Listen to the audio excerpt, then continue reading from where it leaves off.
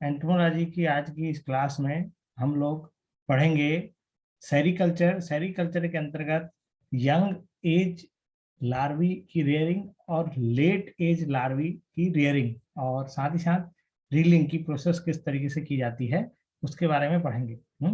तो सबसे पहला जो है यंग एज सिल्कवर्म रेयरिंग, जिसको बोला जाता है चौकी। चौकी रेयरिंग भी बोला जाता है ना, CHAWKI, चौकी रेयरिंग। चौकी रेयरिंग अर्थात जो स्टार 3 तक की है ना, खासकर स्टेज स्टार 1, स्टार 2, उनकी rearing young age rearing, young age rearing, चौकी रेयरिंग, या आपका यंग यंग एज है ना, यंग एज या चौकी रेयरिंग कहलाता है ना।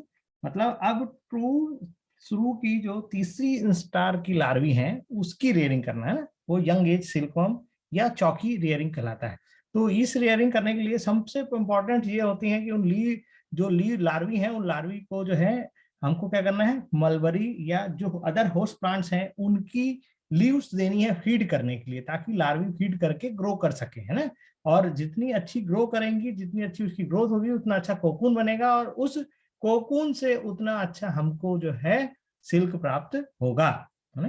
तो सबसे इंपॉर्टेंट है सिलेक्शन ऑफ लीव्स, पत्तियों का चुनाव। पत्तियों का चुनाव किस प्रकार से होना चाहिए, ठीक है। तो सिलेक्शन ऑफ लीव्स में सबसे इंपॉर्टेंट चीजें हैं कि जो लार्वी को जो अपन लोग फेड कर रहे हैं लीव्स को, वो कैसी होनी चाहिए, टेंडर होनी चाहिए। टेंडर अर्थात नाजुक लीव्स होनी चाहिए। क्यों? क्योंकि larvae first star second star की लार्वी है ना। तो जब उनको egg brushing to the end of second age, अर्थात जब एग लेइंग हो जाती है उससे जैसे लार्वी निकलती है, उस लार्वी को निकाल करके लीव्स के ऊपर रखना ब्रशिंग कहलाता है ना। तो वो जो है ब्रशिंग करने से अब टू सेकंड स्टार तक, सेकंड एज जिसको बोला गया है, तक हमको जो है लार्वी को क्या करना है, टेंडर लीव्स के जरिए फीड करना है, नाजुक जो पत्तियां होती हैं उनसे फीड करना है ना। और जो लीव्स हैं वो कैसे करना है, जो लीव्स चमकदार दिखाई देती हो, है ना, ग्लॉसी दिखाई देती हो, बड़ी हो, है ना। और जो प्लांट्स के ऊपर की, जो मलबरी प्लांट्स हैं उसके ऊपर की जो है ना तीसरी और चौथी लीव्स जो होती हैं वो देखिएगा तो बहुत चमकदार रहती, ग्लॉसी रहती हैं, है ना। उन लीव्स को हमको सेलेक्ट करना है ना। और जो है यंग जो बिल्कुल नई नई लार्वी निकली है अंडे से, उन लार्वियों के लिए हमको इसको रखना है ना, इनको फीड कराना है। और तीसरे से चौथी पत्तियों के बाद की जो छठवीं से आठवीं तक की जो लीव्स रहेंगी ऊपर से टॉप से, प्लांट्स के ऊपर के टॉप से, उनको जो है हमको क्या करना है, जो सेकंड मोल्ट है ना, फर्स्ट स्टार की मोल्टिंग होगी सेकंड स्टार बनेगा, तो वो सेकंड स्टार की मोल्टिंग के लिए उसको जो है 6 to 8 लीव्स जो होती हैं ऊपर से, है ना, टॉप से, उनको हम लोगों को उसके फीड के लिए रखना है ना। और जो लीव्स देनी है वो डायरेक्ट नहीं देनी है, उनको क्या करना है, हमको काट लेना है, चॉप्ड लीव कर लेना है ना। और उसका जो साइज रहेगा चॉप्ड लीव का, वो लगभग 0.5 से 1 स्क्वायर सेंटीमीटर का रहेगा। कब? जब वो लेटर स्टेज पे चली जाएगी। तीसरी और चौथी पत्ती तो ऐसी छोटी रहती है तो उसको अपन डायरेक्ट भी दे सकते हैं, लेकिन जो सेकंड स्टार की लार्वी को, जो अपन सेकंड एज की लार्वी को जो देंगे, वो 0.5 से 1 स्क्वायर सेंटीमीटर की चॉप्ड लीफ होना चाहिए, है ना। फिर बात होती है इस तरीके से, जब हम लोगों ने दे दिया तो हम जो भी जो लीव्स लेंगे वो हमको लेना है जो फुली मैच्योर्ड प्लांट्स हैं, है ना, उनसे हम लोगों को इन लीव्स को लेना है। देन बात होती है कि कभी हो सकता है कि हमको होस्ट प्लांट्स की लीव्स जो है हर समय इस तरीके की ग्लॉसी ना मिले, है ना, ऐसी टेंडर लीव्स ना मिले। तो वैसी स्थिति में जो है हमको क्या करना है, लीफ का प्रिजर्वेशन करना हमको बहुत जरूरी है ना। तो लीफ प्रिजर्वेशन के लिए जो है वो सिल्कवर्म जो है वो जब सकुलेंट लीव्स रहती है ना, जो कि क्या होते हैं, रिच इन न्यूट्रिएंट्स और मॉइस्चर कंटेंट होना उसमें बहुत जरूरी है। तो इनको प्रिजर्व करने के लिए अगर हम प्रॉपर प्रिजर्व नहीं करेंगे, वे सूख जाएंगी, तो उसके जरिए जो है लार्वी की फीडिंग प्रॉपर नहीं हो पाएगी, और जब प्रॉपर फीडिंग नहीं होगी तो लार्वी की ग्रोथ सही नहीं होगी, है ना। तो इसलिए जो है हार्वेस्टेड लीव्स को जो है हमको फ्रेश कंडीशंस में रखने के लिए, जो गीला, जो बोरे का जो गनी बैग होता है ना, गनी बैग मतलब जो जूट का बोरा होता है, उसको गीला करके उसके अंदर जो है इन लीव्स को प्रॉपरली रखना है, ताकि जो है वो लीव्स जो है हरी की हरी रही आए, है ना। यदि क्लाइमेट जो है बहुत ज्यादा गर्म और सूखा हो रहा है ना, तो लीव्स को जो है एक एक प्रकार का गनी क्लॉथ है ना, जो गनी क्लॉथ है उसमें अंदर का जो है अपने को लीफ चैम्बर बना लेना है, और उसके अंदर गनी क्लॉथ के अंदर जो है इसको रखना है, ताकि लीव्स जो है वो क्या है सूख ना पाए और वेट कंडीशन में रही आए। क्लॉथ के जरिए भी जो है हम लोग उसको रैप कर सकते हैं, है ना। और क्लॉथ के ऊपर मतलब जो है गीले कपड़े से के अंदर पत्तियों को बांध दिए, और उसको जो है टाइम टू टाइम जो है क्या करते हैं फ्रिक्वेंट इंटरवल्स पे गीला कर दिया है कपड़े को, तो उससे भी पत्तियां जो है वो क्या रहेंगी, अपनी ताजी रहेंगी। और इस प्रकार से हम लीव प्रिजर्व करके जो है दूसरे सीजन में, या कभी मौसम अगर एडवर्स कंडीशंस हो गया है, हम तोड़ नहीं पाते हैं लीव्स को, उस समय में हम लार्वी को फीड करा सकते हैं, है ना। तो selection of leaves, preservation of leaves, then उसके बाद होता है क्लीनिंग, है ना। क्लीनिंग अर्थात उसकी साफ सफाई। जब जो लार्वी होती है ना, लार्वी फीड करती है किसको, लीव्स को, है ना। तो लीव्स को करती है तो उसमें क्या होता है, एक्सक्रीटा निकलता है ना, वो अपना पॉटी करती है, इसको एक्सक्रीटा बोला जाता है। तो वो जो है सिल्कवर्म जो है उसका एक्सक्रीटा जो है लीव्स के ऊपर जो है रेयरिंग बेड जिसके ऊपर रेयर कर रहे हैं उसके ऊपर क्या होता है, छूट जाता है ना। तो उसको हटाना, है ना, उसको हटाना किसको, एक्सक्रीटा को लीव्स से हटाना और रेयरिंग बेड को क्लीन करना, वो कहलाता है क्लीनिंग की प्रोसेस, है ना। तो इन द फर्स्ट स्टेज, है ना, एक अपने को क्या करना है, one cleaning is given just day before the worms settle for moulting. अर्थात जब मोल्टिंग होती है ना, जैसे अभी आप लोगों को मैंने बताया पिछली क्लास में कि फर्स्ट स्टार लार्वी जो होती है उसमें 2 से 3 दिन के अंदर जो है सेकंड स्टार में कन्वर्ट होती है। तो हमको 2 दिन उसको फीड करना है। फिर इसको मोल्टिंग के 1 दिन पहले, है ना, 1 दिन पहले जो है हमको क्या कर लेना, उसकी क्लीनिंग कर देना है, अच्छे से क्लीनिंग कर देना है। उसका बेड जो है क्या करना है, ताकि वो मोल्टिंग की प्रोसेस अच्छे से हो सके, है ना। और इन द सेकंड एज, है ना, 2 क्लीनिंग्स, जब मतलब फर्स्ट स्टार का जब सेकंड स्टार में चली जाएगी, तो सेकंड स्टार के बाद हमको क्या करना है, 2 क्लीनिंग करना है ना, ठीक है। और उसके बाद फीड देने के बाद और सेकंड मोल्ट के पहले दो, वो जो है दो हमको जो है क्या करना है, उसकी क्लीनिंग करना, 2 बार क्लीनिंग करना है ना। और ये क्लीनिंग का जो कार्य है वो हम लोग इस तरीके से भी कर सकते हैं कि जो नेट है ना, नेट को हमको, नेट अर्थात जो मच्छरदानी की जैसे जाली होती है जिसका मैश का साइज जो होता है 0.5 सेंटीमीटर से 0.5 सेंटीमीटर, है ना, उसको क्या करना है, रेयरिंग बेड के ऊपर पूरा का पूरा फैला देना है ना। और उसके ऊपर जो है फीड रख देना है। तो क्या होगा, वो जो पुरानी जो लार्वियां हैं, है ना, वो लार्वियां क्या करेंगी, नया फीड मिलेगा तो उस नए फीड पे नेट के अंदर से होती हुई उसके ऊपर शिफ्ट हो जाती है ना। तो वो क्या हो गया, नई फीड के ऊपर चली गई। तो देन मच्छरदानी सहित हम जो है, जो नेट बिछाया है अपन ने, है ना, उस नेट के सहित जो है लार्वियों को उठा करके दूसरी जगह शिफ्ट कर देते हैं, और नीचे की जो जगह है वो क्या हो जाती है, उसमें लार्वी नहीं रहती है, तो उनको जो है अपन लोग उठा करके रिमूव कर देंगे, है ना, ठीक है।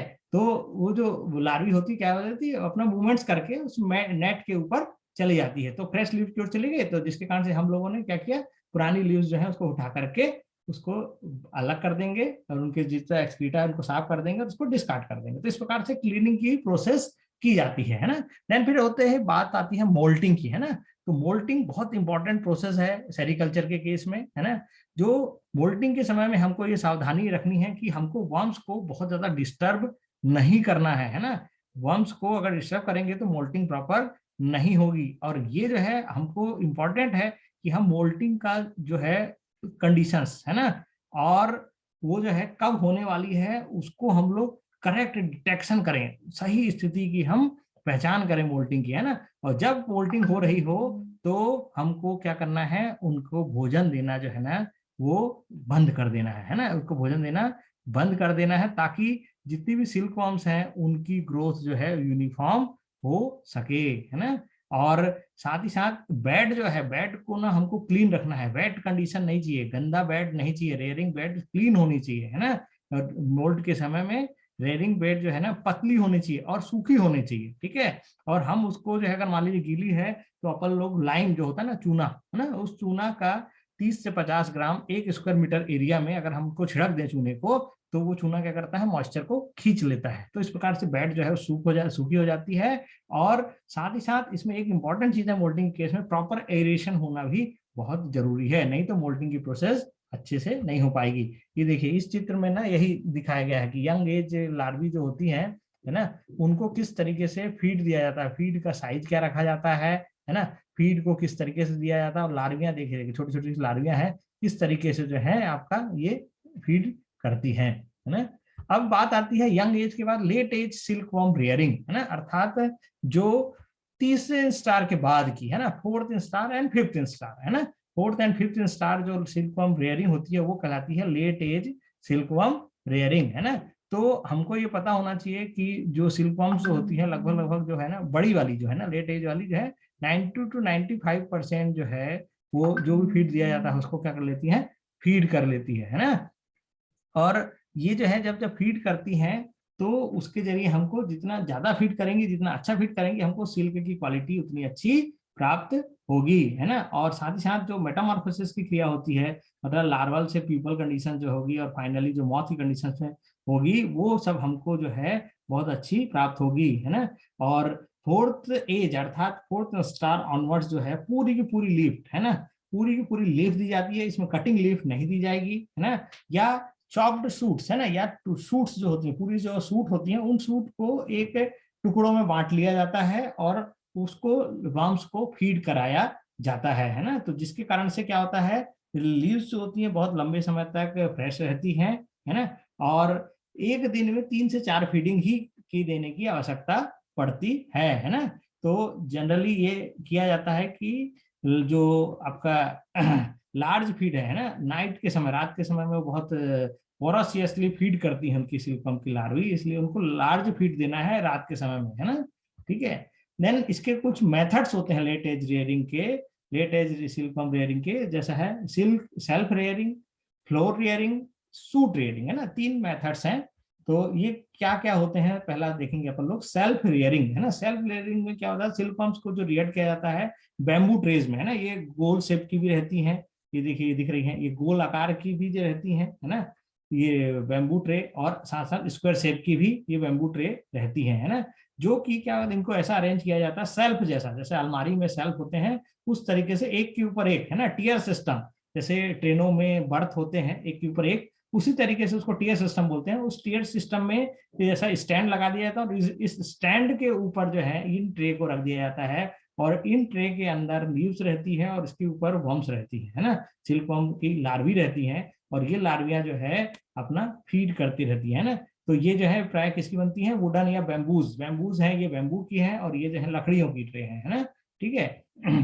बैम्बू ट्रे सस्ती पड़ती है और साथ साथ मोर कॉमन है, ज्यादातर यूज की जाती है ना, ठीक है। और ये जो इसका डायमीटर होता है, देखो गोल शेप की रहती है ये वाली, है ना, बैम्बू ट्रे, तो इनका की डायमीटर होता है 1.2 से 1.4 मीटर डायमीटर की, है ना। सामान्यतः कर्नाटक और वेस्ट बंगाल में इस बैम्बू ट्रे का ज्यादा इस्तेमाल किया जाता है। इसके एडवांटेज होते हैं कि जो आपका सेल्फ रेयरिंग में है ना, ये जो एडवांटेज है कि इसमें जब टियर सिस्टम में 1 बाय 1 स्टेप बाय स्टेप इसकी रेयरिंग की जाती है ना, इसको रखा जाता है बैम्बू ट्रेस को, तो कम जगह में ज्यादा लार्वी को एकोमोडेट अपन कर सकते हैं, है ना। लेकिन डिसएडवांटेज ये रहता है इसका कि इसमें लेबर की रिक्वायरमेंट है ना, more labour is required for feeding and cleaning, है ना। लार्वी की फीडिंग और क्लीनिंग के लिए हमको लेबर की संख्या ज्यादा लगती है। तो सेल्फ रेयरिंग के बाद दूसरी रेयरिंग होती है फ्लोर रेयरिंग, है ना। फ्लोर रेयरिंग जो है एक और मेथड है जो सिल्कवर्म की रेयरिंग का, है ना, जिसमें कि क्या होता है, कोई फिक्स रेयरिंग सीट्स बिछा दी जाती है, जमीन के ऊपर रेयरिंग सीट्स बिछा दी जाती है। ये देखिए जैसे दिख रहा है, ये अफगानिस्तान में होता है ये प्रैक्टिसेस, ये बुल्गारिया में प्रैक्टिसेस है ना।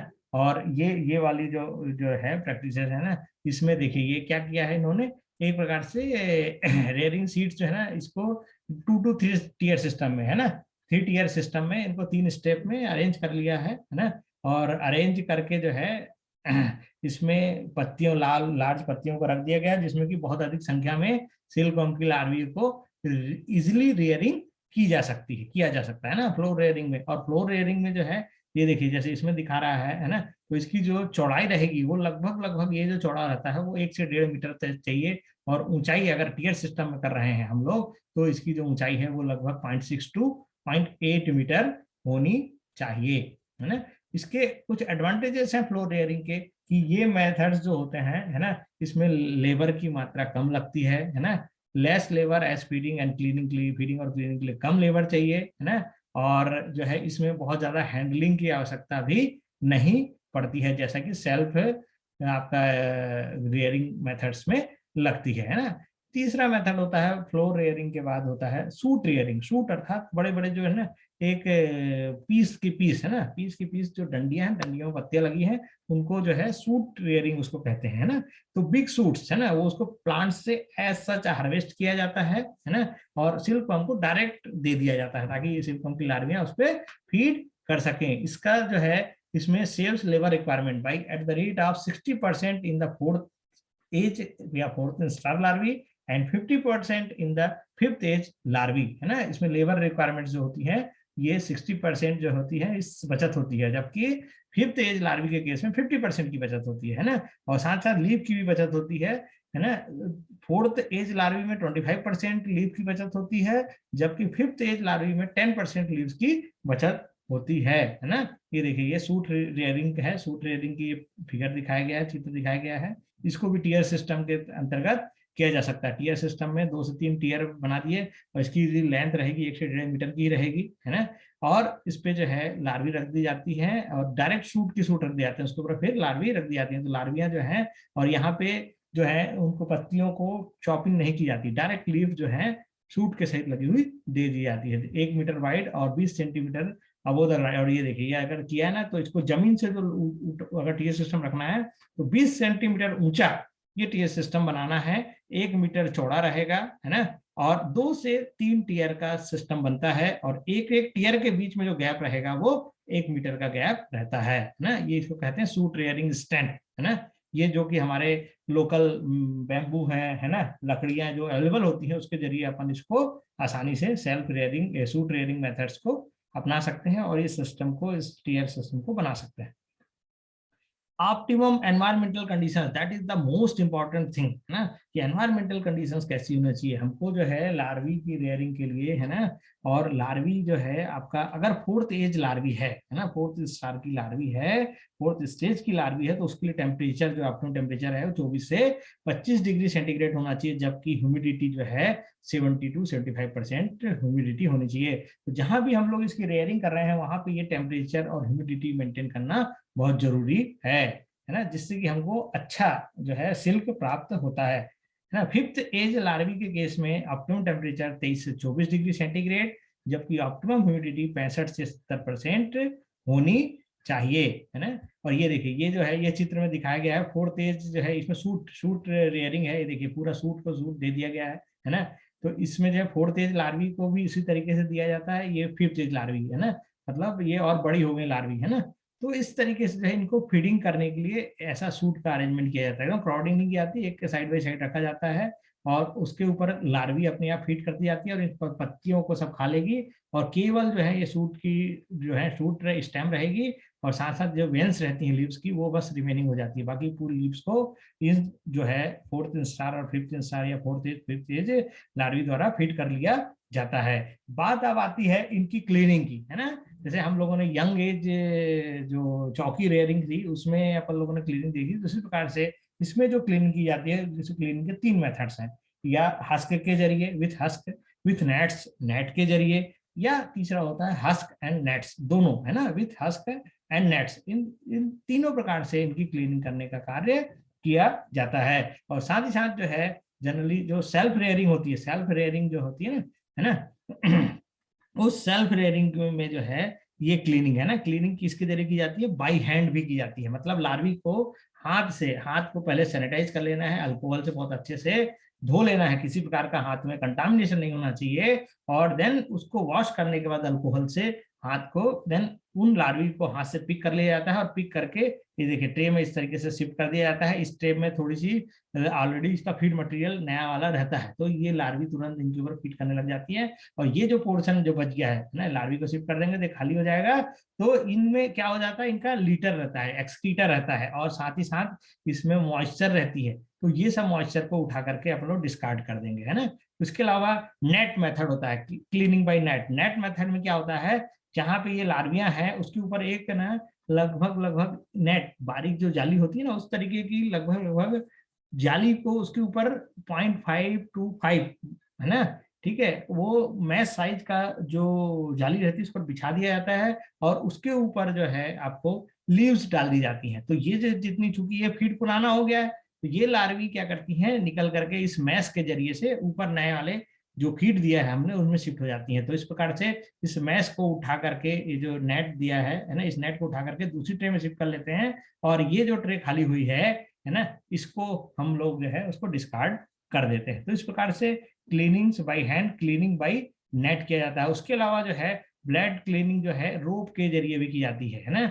इसमें क्या करते हैं हम लोग, ये सामान्यतः फ्लोर रेयरिंग और सूट रेयरिंग मेथड्स में जो है क्लीनिंग करने का कार्य किया जाता है, जिसमें क्या करते हैं, जो ऑलरेडी बेड है उस बेड के ऊपर ऐसी रस्सियां, ये देखिए चित्र में दिखाया दिखाया जा रहा है, ये रस्सियां ऐसी बिछा ली जाती हैं, और उनके ऊपर जो है अपना जो सूट रहती है ना, उस सूट को बिछा दिया जाता है। तो सूट में लीव्स भी रहती हैं। तो ये लार्वियां क्या करती हैं, शिफ्ट हो जाती हैं ऊपर की ओर, है ना, जहां यंग उनको जो लीव्स मिलती हैं उनके ऊपर, सकुलेंट लीव्स के ऊपर जो न्यूट्रिएंट्स वाली लीव्स रहती हैं उनके ऊपर जो है वो क्या हो जाता है आपका, वो शिफ्ट हो जाती हैं। और शिफ्ट हो जाने के बाद इनको ऐसा फोल्ड करके, है ना, बाहर निकाल लेते हैं, और ये नीचे वाली जो बेड है उसको अलग कर देते हैं। तो इस प्रकार से बाई क्लीनिंग विथ रोप्स भी जो है under floor and suit rearing methods में क्लीनिंग करने का कार्य किया जाता है ना। और देखिए स्पेसिंग का भी बहुत महत्व है, जैसा कि आपको बताया कि टेम्परेचर ह्यूमिडिटी का रोल होता है, उसी प्रकार से जो फोर्थ स्टेज लार्वी है उनकी जो शुरुआत में जो स्पेसिंग रहेगी वो रहेगी 5 स्क्वायर मीटर, और जबकि जो फोर्थ स्टार लार्वी जो है फिफ्थ में जब कन्वर्ट होती है तो उस समय उसके बीच की स्पेसिंग चाहिए 10 स्क्वायर मीटर, जबकि फिफ्थ एज स्टेज की जो लार्वी है उसको 10 स्क्वायर मीटर की स्पेसिंग चाहिए, जबकि वो जब बिफोर प्रीप्यूपेशन वो 20 स्क्वायर मीटर उसको स्पेसिंग चाहिए रहती है ना। ये देखिए ये जो है ये बिफोर है ना, इसमें क्या किया है अपन ने, ये सूट रख दी है ना। तो ये लार्वियां है ना, ये आधा इसमें भरा हुआ है, आधा एरिया जो खाली है इसमें सूट रख दी, तो ये जो सब लार्वी हैं है ना, ये क्या हो गया था, ये हाई डेंसिटी हो गई थी, है ना। ये लार्वी पूरी की पूरी यहाँ शिफ्ट हो जाती हैं, और शिफ्ट होकर के जो है ना, ऐसे ब्रांच रख देते हैं मलबरी की। तो ये जो सिल्कवर्म की लार्वी है ये इस फीड की ओर शिफ्ट हो जाती हैं, और शिफ्ट होकर के जो है ये आपस में ऐसा इस तरीके से प्रॉपर स्पेसिंग इसमें आ जाती है। डेंसिटी जो है ये देखिए इनफ डेंसिटी, ये यहाँ पे क्या हो गया था, हाई डेंसिटी हो गई थी, है ना। तो इस प्रकार से अपन सूट रख रख करके इसकी स्पेसिंग को मेंटेन करते हुए चले जाते हैं, है ना। तो सूट रेयरिंग के क्या एडवांटेजेस हो सकते हैं ना, सूट रेयरिंग जो है इसमें लगभग 70% तक लेबर की सेविंग हो सकती है ना।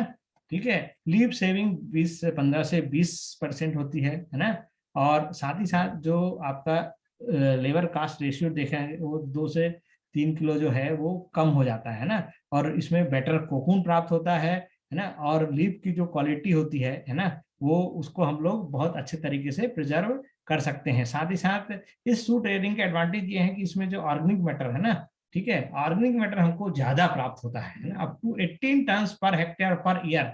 एक साल में 1 हेक्टेयर क्षेत्र से 18 टन ऑर्गेनिक मैटर हमको प्राप्त हो सकता है। और इसमें चूंकि बड़ी बड़ी सूट्स का इस्तेमाल किया जाता है इसलिए ये बेटर हाइजेनिक कंडीशंस को मेंटेन किया जा सकता है, ये इसका एडवांटेजेस है ना। और इसमें सिल्क वर्म चूंकि बड़ी एज की लार्वी हो गई है तो इसलिए उसको हैंडलिंग करने में किसी प्रकार की दिक्कत नहीं होती है, कंटामिनेशन के चांसेस बहुत कम रहते हैं, है ना। और जो फोर्थ एज के बाद जो है बेड क्लीनिंग वंस केवल एक बार जो है की जाती है ना। तो जिससे टाइम कंज्यूम भी हमारा कम होता है ना।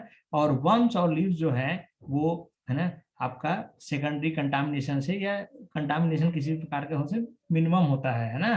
ठीक है, और लेबर लेबर जो डिपेंडेंट है वो अपना कम हो जाता है, लेबर लेबर के ऊपर डिपेंडेंसी कम हो जाती है। इसके अलावा कुछ डिसएडवांटेजेस भी होते हैं सूट रेयरिंग के, कि इसमें जो है बड़ा एरिया चाहिए, है ना हमको। रेयरिंग रूम का फ्लोर एरिया जो है वो जितना जरूरत है उससे 30% हमको एक्स्ट्रा चाहिए ना। ठीक है। और जो इसका बेड रिफ्यूजल्स होता है, बेड रिफ्यूजल अर्थात जो उसमें लीटर हो गया, एक्सक्रीटा आ गया है, वो उसमें वेट कंडीशंस आ गई है, उनको हम लोग कैटल को फीड नहीं कर सकते हैं। वो ऑर्गेनिक मैन्योर के रूप में ही उसको यूज करना पड़ेगा, उसको डिकम्पोज करके हम लोग ऑर्गेनिक मैन्योर के रूप में यूज कर सकते हैं, है ना। और प्लांटिंग मटेरियल जो कटिंग्स रहेगी है ना, वो हमेशा अवेलेबल होना, ये थोड़ा सा इसका डिसएडवांटेजेस होते हैं। लेकिन ये जो है अगर अपने पास अवेलेबल है फूड तो suit rearing is the best one method. Now question arises that the how the molting can be identified, किस तरीके से मोल्टिंग को पहचाना जाता है और मोल्टिंग के दौरान किस प्रकार से सावधानी रखनी है हमको, है ना। तो मोल्टिंग क्या है, ये सब आप लोगों ने पहले क्लासेस में भी पढ़ा है कि शेडिंग ऑफ ओल्ड स्किन, है ना, ठीक है, and enter into the next star is known as the moulting, है ना। तो मोल्टिंग जो है वो लगभग लगभग मैंने आपको पहले बताया कि एक दिन का समय चाहिए, है ना। मोल्टिंग का जो समय होता है लगभग 18 से 24 घंटे का समय या एक दिन का समय रहता है। और इस मोल्टिंग के दौरान जो है वो जो लार्वी होती है उनको फीड नहीं कराना चाहिए, है ना, ठीक है। मोल्टिंग के दौरान लार्वी को फीड नहीं, अर्थात भोजन नहीं देना चाहिए, है ना। तो ये मोल्टिंग कैसी होगी, कैसे पहचानेंगे अपन कि ये लार्वी मोल्टिंग की स्टेज में जाने वाली है। तो उनका जो सिर है, ये देखिए, ये दिख रहा है ना, ये सिर क्या हो जाता है, स्वेलन हो जाता है, फूल जाता है, ये देखिए, है ना। ये प्री मोल्टिंग स्टेज है, इसमें हल्का सा फूलना शुरू हो गया है ना। ये अंडर मोल्टिंग है। स्वेलन हेड्स, और ये जो है ना बार बार अपने सिर को क्या करेगी, ऊपर की ओर उठाएगी, है ना, रेज करेगी, सिर को रेज्ड करेगी, है ना। और वर्म्स जो होती है मोल्टिंग के समय में चलती नहीं है, इमोबाइल हो जाती है, लगभग वो जो है एक जगह सेटल्ड हो जाती है ना।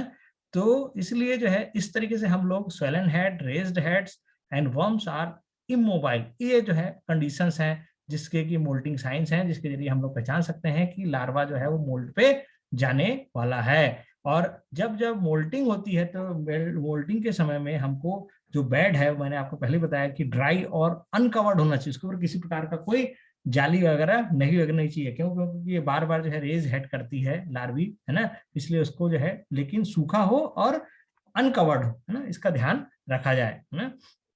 और आउट ऑफ मोल्ड, अगर आउट ऑफ मोल्ड जा रही है मोल्टिंग होने के बाद के क्या साइन होंगे, तो वर्म्स जो हो जाएगी वो क्या हो जाएगी, एक्टिव हो जाएगी, है ना, एक्टिव हो जाएगी और घूमने लगेगी इधर उधर, move active and move around, है ना। द माउथ पार्ट और हेड इज ब्रॉडर, ये देखिए, है ना, माउथ पार्ट जो है इसका क्या हो जाएगा, चौड़ा हो जाएगा, ताकि वो फीड करने लगे। सिर जो है वो ब्रॉड हो जाएगा, चौड़ा हो जाएगा। बॉडी जो है वो डल कलर की हो जाती है ना। और उसकी चूंकि स्किन निकल जाती है तो एकदम जैसे स्किन निकलने के बाद सॉफ्ट सी और जो डल हल्के कलर की बॉडी दिखाई देगी, तो उससे हम लोग पहचान सकते हैं कि मोल्टिंग इसकी हो गई है ना। और साथ साथ वहां पे मोल्टिंग में उसके हेड कैप्सूल्स भी नजर आएंगे, और जो पुरानी त्वचा को, जो ओल्ड स्किन को उसने जो है सेड ऑफ किया है, वो वहां पे बेड में आसानी से देखी जा सकती है। तो इस प्रकार से हम लोग जो है इसको पहचान सकते हैं, है ना।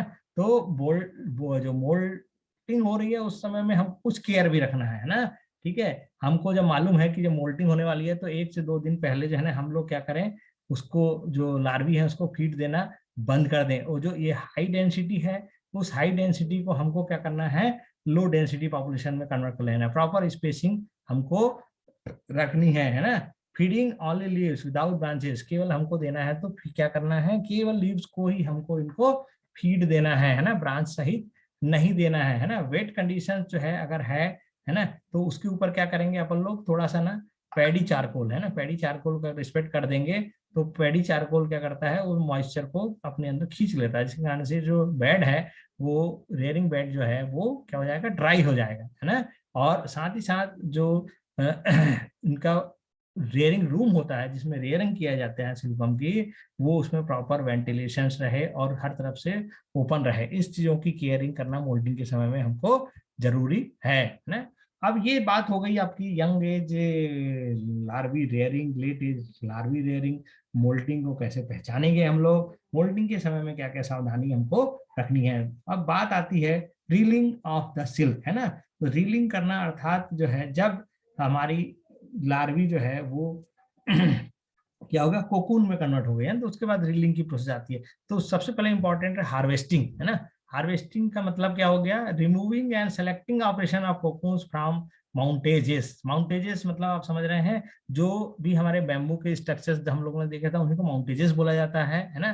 तो जिन रैक्स में, जिन ट्रेज में इनको जो है रेयरिंग की जाती है सिल्कवर्म लार्वी की, वो माउंटेजेस कहलाता है। तो हार्वेस्टिंग क्या है, उस माउंटेजेस से जो है हमको लार्वी को क्या करना है, रिमूव करना है ना, ठीक है। और वहां से उठा करके जो है कोकून बनाना और उसको रीलिंग इंडस्ट्रीज में पहुंचाना, ये कहलाता है हार्वेस्टिंग, है ना। तो रीलिंग क्या होता है, reeling is the removal of silk thread, नाम से ही पता चल रहा है रील बनना, है ना। सिल्क थ्रेड को अपने को क्या करना है, रिमूव करना है, सिल्क का जो है थ्रेड को अलग करना है हमको, वो रीलिंग कहलाता है ना। तो जो एक जो कोकून होता है उसमें लगभग लगभग 58% जो होता है, एक कोकून का 58% जो होता है वो सिल्क होता है, जो कि रिलेबल रहता है, जिसको कि रील में कन्वर्ट किया जा सकता है। लेकिन जो रेस्ट बच गया कितने आपका 42% जो है वो यूज किया जाता है एज अ सिल्क वेस्ट, है ना, सिल्क वेस्ट। और इसी को है स्पन सिल्क भी बोला जाता है ना, ठीक है, स्पन सिल्क उसी को बोला जाता है, जो 42% बच गया उसको, है ना। और जो रॉ सिल्क है इसको क्या किया जाता है, अपन उसको अब आपको क्या करना है, आगे प्रोसेस करना है, तो उसको बॉइल करते हैं, स्कोर्ड करते हैं, स्टीम्ड करते हैं और प्यूरिफाइड करते हैं, ताकि हमको जो है सही मायने में सिल्क प्राप्त हो सके, है ना। तो ये जो रॉ सिल्क है 58% रॉ सिल्क जो है उसको डिफरेंट मेथड्स के जरिए जो है हम लोग ये क्या करते हैं, बॉइल करते हैं और स्टीम करते हैं और प्यूरिफाइड करते हैं। तो पहला है कोकून ड्राइंग ना, कोकून ड्राइंग। अब जो है लार्वी ने क्या किया है, आपका कोकून बना लिया है ना, कोकून बना करके लार्वी जो है प्यूपा में कन्वर्ट हो गई है और उसके ऊपर जो है कोकून आ गया है ना। तो इस कोकून को सुखाना बहुत जरूरी है, जिसको बोला जाता है स्टीम स्टिपलिंग, है ना।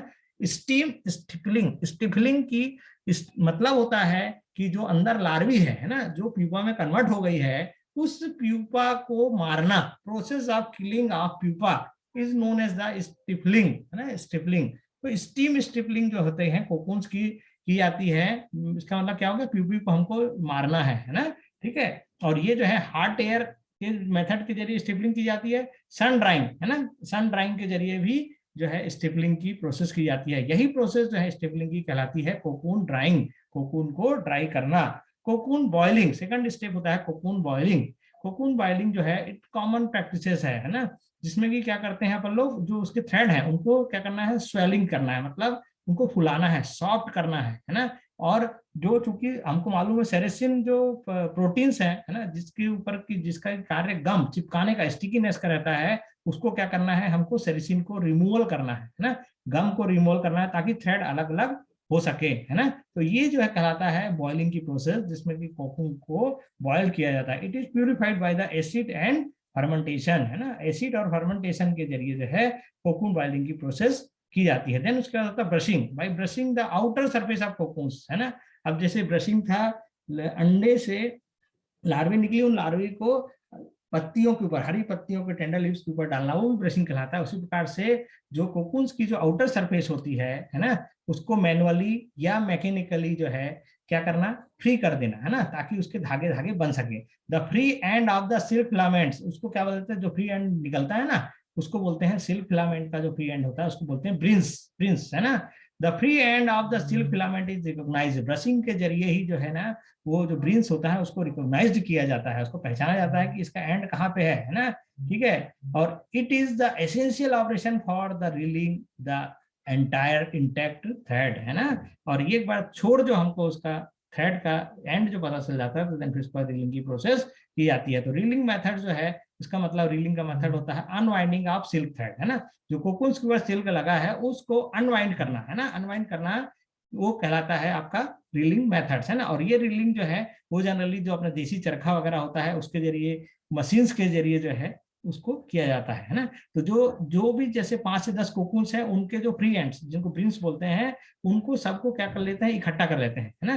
The free ends of silk filament of 5 to 10 cocoons are picked together, है ना, साथ साथ इकट्ठा कर लिया जाता है। और रीलिंग अप्लायंसेस जो भी चरखा है या फिर जो मशीन्स हैं उनके ऊपर उसको फिक्स कर दिया जाता है और उसको जो है लपेट दिया जाता है, जिससे कि सिंगल थिक थ्रेड जो है सिल्क का हमको प्राप्त हो जाता है। और वही जो ऑब्टेन्ड सिल्क है उसको बोला जाता है स्पन सिल्क, है ना, उसको बोला जाता है स्पन सिल्क। तो इस प्रकार से हम लोगों ने आज की क्लास में देखा कि किस तरीके से हम लोग यंग एज चौकी रेयरिंग, लेट एज चौकी रेयरिंग, है ना, उसमें मोल्टिंग की प्रोसेस को कैसे आइडेंटिफाई करेंगे और साथ साथ रीलिंग की प्रोसेस किस तरीके से की जाती है।